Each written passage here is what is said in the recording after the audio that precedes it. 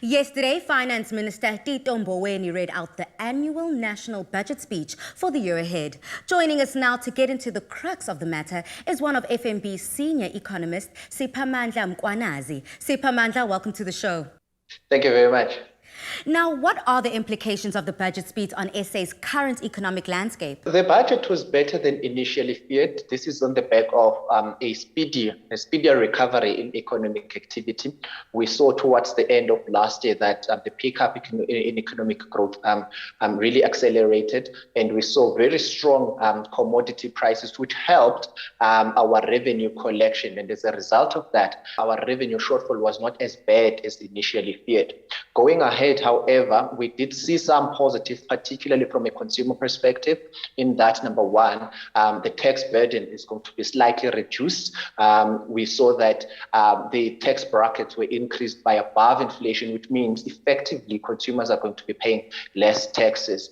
However, some of that is going to be counteracted by the increase in sin taxes. So for products such as cigarettes and beer, we did see some increase in that. But overall, it was a consumer positive budget in that tax burden slightly reduced. Now, are there alternative solutions that the government can consider to rebuild this economy? There definitely are solutions. I mean, those have been spoken about for quite a while. Where we are lacking right now is on implementation.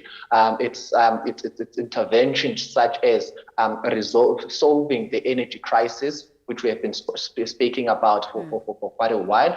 It's issues such as solving the bottlenecks around our railway networks, so that we are able to take advantage of the upcoming Africa Free Trade Agreement. Because without that infrastructure, we will never be able to fully take advantage of this Free Africa Trade Agreement. And also, we are seeing very strong commodity prices, similar to what we saw around 2007, 2008. And without that infrastructure, without rail infrastructure, we won't be able to get those commodities to the ports, and we trade with the rest of the world. So there are some interventions that the government can fast track so that we are able to speedily recover from where we are. Absolutely.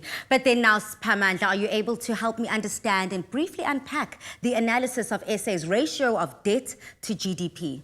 Yes.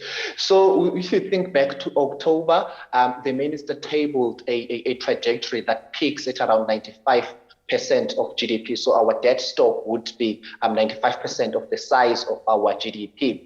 Now, with the better than expected revenue collection, which I outlined in my opening remark, it means now that our borrowing requirements have been lowered. So we don't have to go out and borrow to the extent that we thought we would. So as a result of that, our debt to GDP now peaks at around 89% compared to 95% that was tabled in October. So yes, still elevated, but better than what was presented in October last year. Understood, sir. But then in terms of SA's growth expectations then, do you think that we should anticipate for further credit rating downgrades?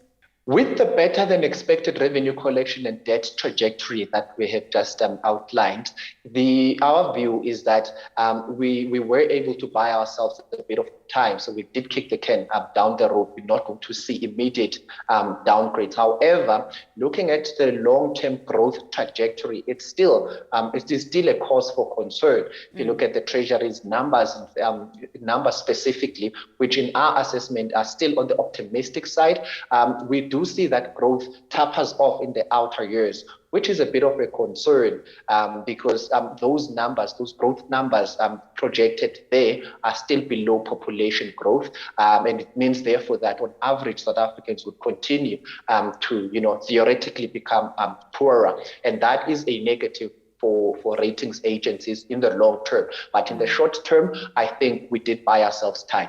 Understood. I really appreciate this conversation because essentially you're taking in a higher grade conversation and making it more relatable and accessible to us as South Africans. We appreciate it, Siphamandla. It's a pleasure.